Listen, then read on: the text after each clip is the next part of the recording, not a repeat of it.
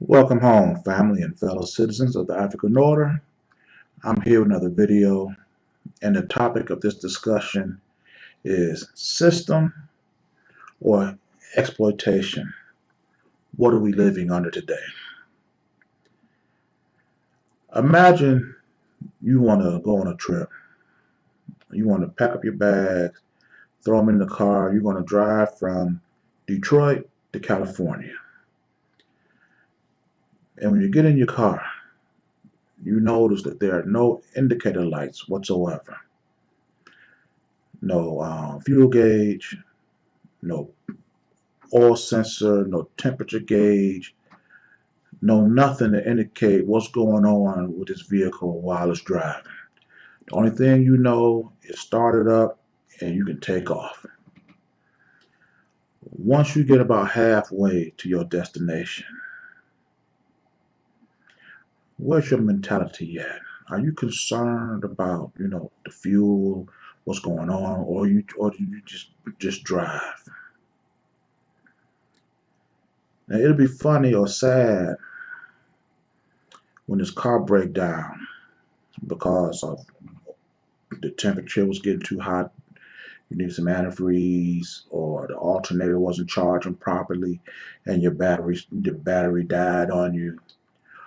Wouldn't it have been nice to know that something was going on so you could stop and fix it before you be stuck on the side of the road? That's basically the type of system that we live up under now. Now let's define the word system and exploitation.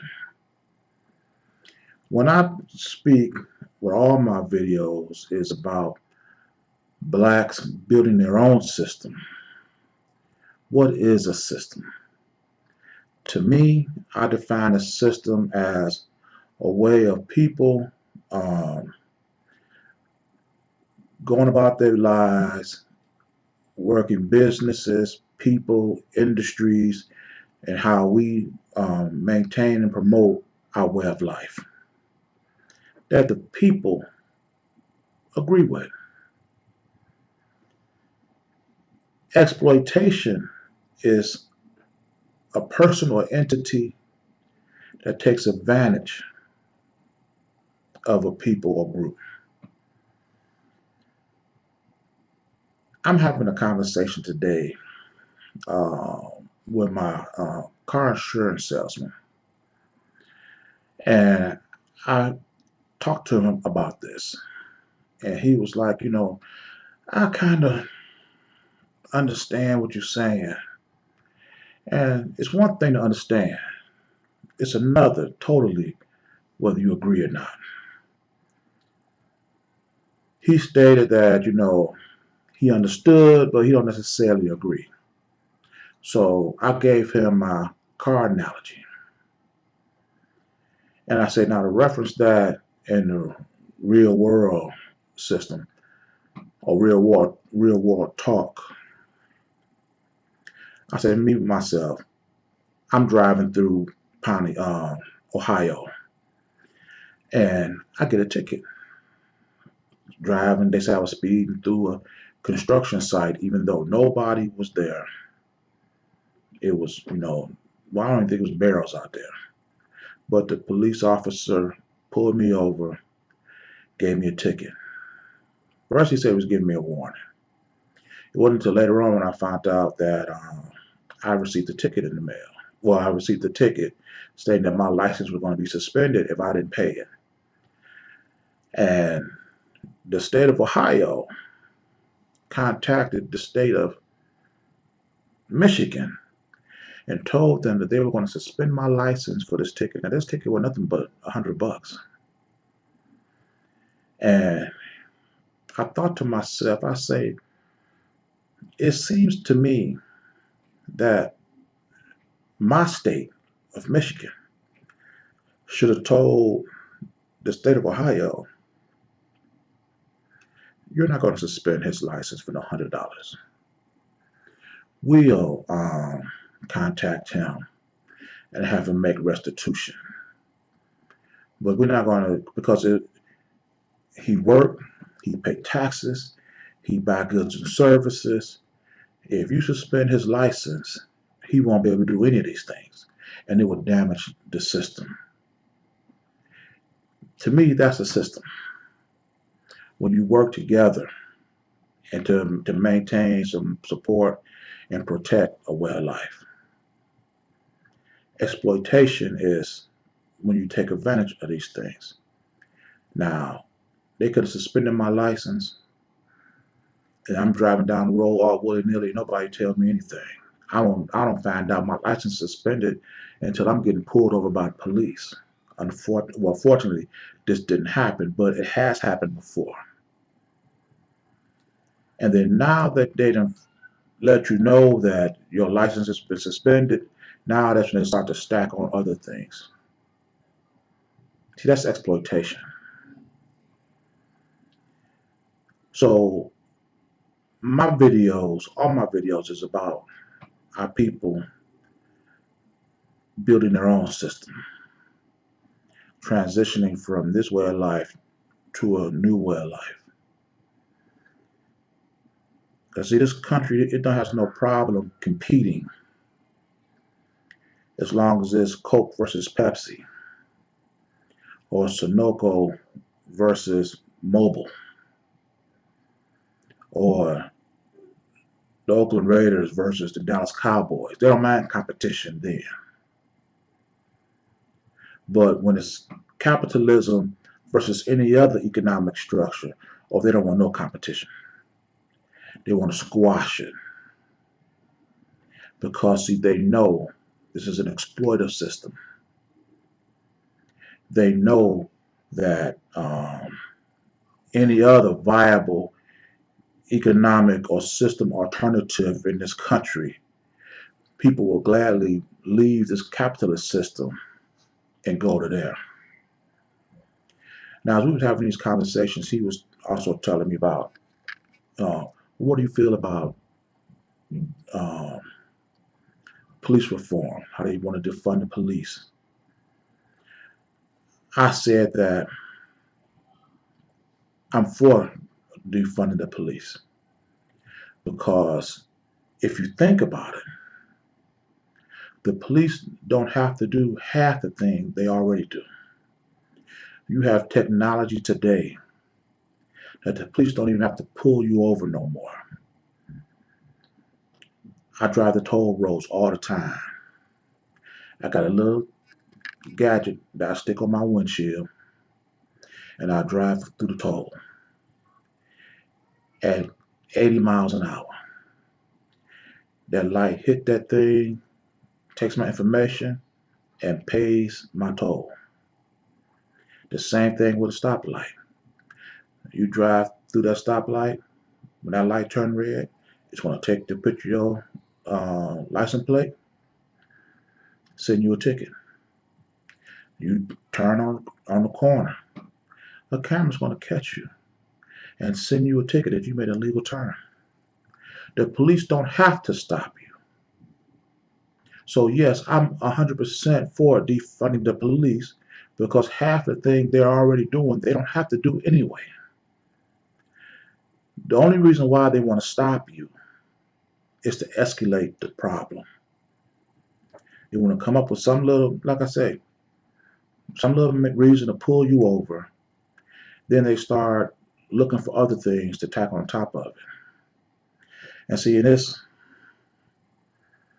it's ironic that you have veterans, people fighting the war for your freedom and your liberty. And all it takes is for you to jaywalk.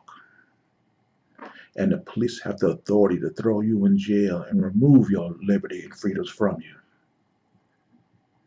Isn't that sad? So not only should the police be defunded, they should also be reduced their authority to pull you over. The only way they should be able to lock you up is if they suspect you of committing a felony or you're in the act of committing a felony. All your rights and privileges should remain yours until taken away from you by a court of law.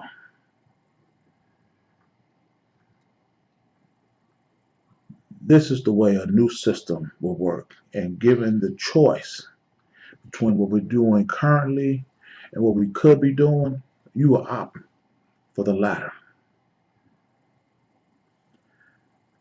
A system should help support the citizen to help create opportunities, both business, personal, and then whatever you acquire, the system should also help you maintain it. Now, using myself as an example, I had some tax issues.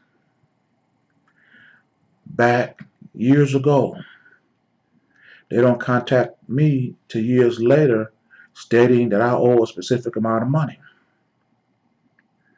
So I'm nervous. I don't want to be arrested. I don't want, my house or whatever taken from me. So I'm like, well, what do I do? Well, the first thing she says was, you know, uh, do your taxes for the last 10 years. Okay, fine. I'll go ahead and do it. Then she started telling me, what the bill is and blah, blah, blah, blah. And then I found out that after 10 years, they can't collect anything that you owe longer than 10 years. If it takes the IRS 10 years to collect that money, they lose it. So when she told me that, I say, well, this is like uh, 2014, and the incident happened like around 2006, something like that. I said, well, shoot, the 10 years is almost up. And she said, oh, when you redid your taxes for the last 10 years, once you resubmitted them, that started the clock over. I said, oh, you dirty. I said, oh, so now my 10-year problem, I brought it up to the current year. So now I got a whole new 10 years that I got to deal with this. See, that's exploitation. See, a system would have alerted you to this problem when it was small and manageable. Oh, Jonathan, you didn't do this back. Oh, okay, well, my fault. How can I, rectify the situation? Well, just do this and it'll be over with. Boom. 99% of the people will opt to do it this way. But they will sit and let this thing pile up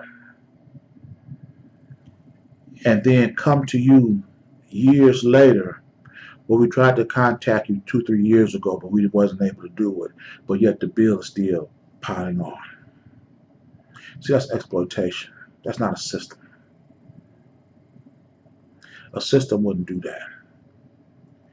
You would have, again, back to the insurance guy.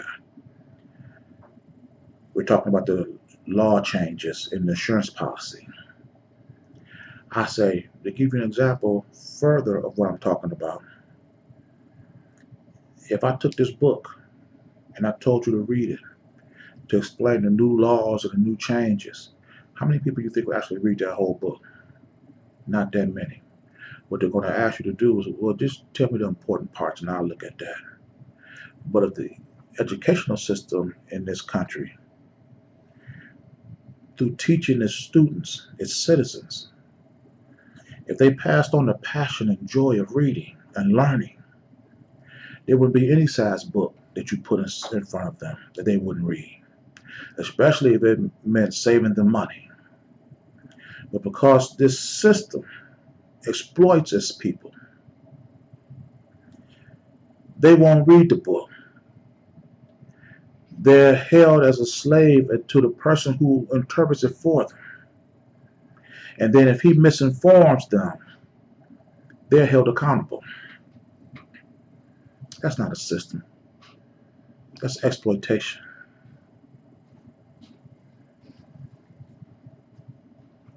It is so easy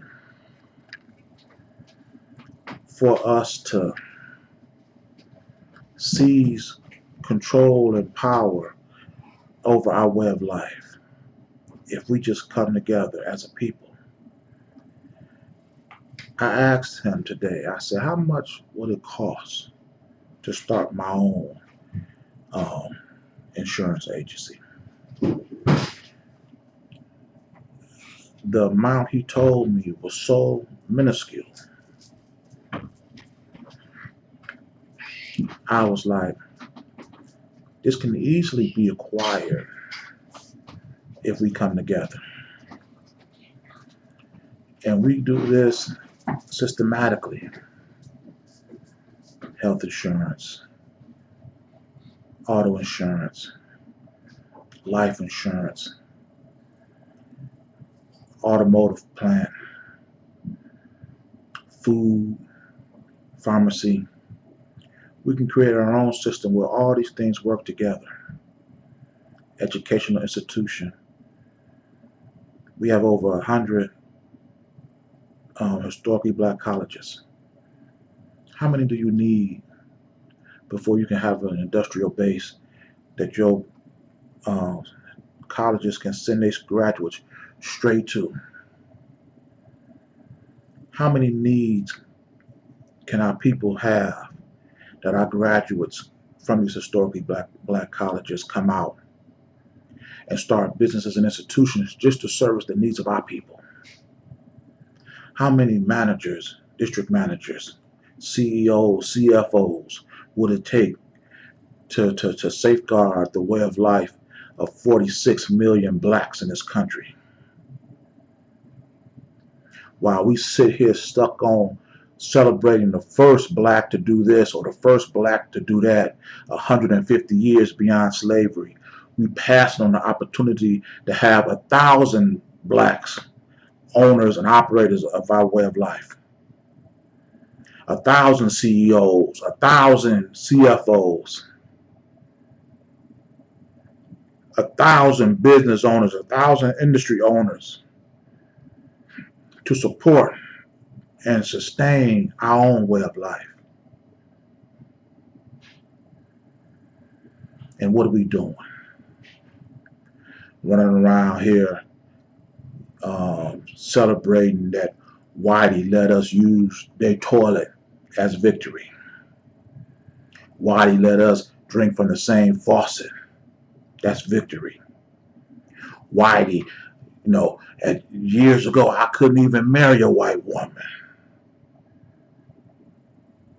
And because you can marry one today, you think you're victorious. You think because you live in a better life today than you were as a child, now there's no need for you to have your own businesses and industries. Whitey is taking care of you better than you ever imagined you could for yourself. Isn't that ridiculous? Then you run across these other coons and they'll talk about, well, why you want to do this or why you want to do that, speaking against their own best interests. It's not even benefiting you at all, if we continue doing what we're doing. It ain't putting no more money in your pocket. And you still sitting up here arguing why we want to do this. Just think of the prestige, the advantages, the ease you will have, the benefits of having your own, establishing your own economic floor, your own educational standards, your own health standards, your own nutritional standards. You think they're going to feed you better than they feed themselves? And then white people want to sit up here, you sound like you're racist. I'm not racist. Look at here. I say power is going to be over in anybody's community. The racism doesn't factor in until white people get their hands on that power. Because unlike that coon Terry Crews, said, well, let's hold off on this Black Lives Matter stuff, because we don't want to replace um, black racism with white racism. So you want to put the brakes on everything now and still deal with white racism while you examine black racism. You coons will do anything to keep the power in these devils' hands. But let me tell you something, Mr. Cruz, and you coons that agree with him. When blacks have the power over a community, you know what they call that? A civilization, a way of life. Only you devils will take the power over a community and use it to undermine the lives of others. Africans don't do stuff like that. When I talk about racist on white people, you're racist. I'm not even talking about you. You ain't no racist. You don't have no power over nobody. You can't deny nobody nothing. You can't hire nor fire anybody. So what are you even talking about? Mind your own white business and keep it moving. When I say something that pertains directly to you, then I expect you to respond. Because see, as long as you running around with your chicken with your head chopped off like a chicken, speaking their language, speaking in their behalf, not yours, speaking their language, not yours, whites will accept you. But the second you begin to become conscious, the second you start talking about your way of life before you were enslaved, that's when they're going to start having a problem with you. As long as you follow the lead they gave you, you stay within the margins they provided you, they'll accept you. But the second you think outside the box, watch your white friend turn on you then. And then when you sit up here and tell me, well, why you want to create a new system? Meanwhile, I can't pick up my telephone without some telemarketer calling me to help support wounded veterans. Are you serious? This country bases itself on freedom, independence, liberty, and you can't even provide for the veterans that provide you this? You got to solicit from the citizens? And you're going to sit up here and tell me that you don't need a new system? You better get a new system. If the people that you send into war to die for liberty and freedom that you would enjoy today, and you can't provide for their health and welfare when they come back, you better believe you need a new system.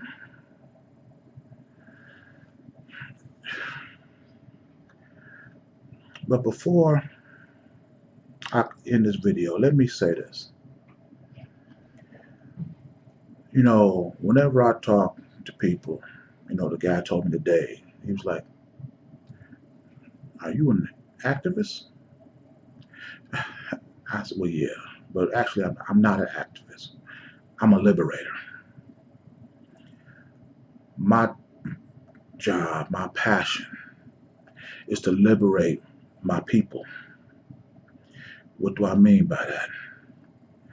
Just like every other race of people who've been enslaved, they developed a way of life outside of their oppressor. You don't see the Jews being hired by Germans. When they were set free, there was nothing the Jews could have done for the Germans to reattain power and authority over them. They were liberated. They didn't have to go back to them. When you're set free and don't have no way to sustaining your way of life, then you have to depend on your same oppressor.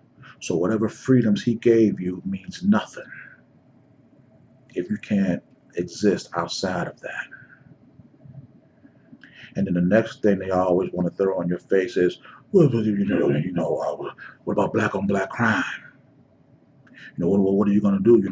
Blacks, they can't do it. They have black on black crime. Well, you know what? Here's the deal about that. Black on black crime and white on white crime is almost the same. We kill each other at about the same pace, the same rate, if you compare the numbers equally. But here's what they don't tell you. We are acting totally outside of our original purpose. We are people that we don't speak our native language. We don't have none of our old precepts and norms, none of our ancestral teaching. You whites have ownership and control of everything that they encounter. Everything they want to do, somebody white own and control it. But yet they're killing themselves at the same rate as blacks. Now, if you ever change the condition of whites and blacks, if blacks separated from these people, well, I don't mean to call them people, these demons. If blacks ever separated from these demons and took ownership and control over their way of life, took the $1.3 trillion they're spending in the white businesses and industries and started spending it in their own businesses and industries, and then you compare the black on black crime to the white on white crime, what do you think will happen? The numbers for our people will go down. Why? Because we will begin the process of not only having, because it's not enough just to own your own business and industry. We have to retain and reacquire our precepts, our norms, our teachings. We have to bring back to life our African proverbs. It takes a village to raise a child mentality. Once we do that, then the black on black crime will go down to be non-existent.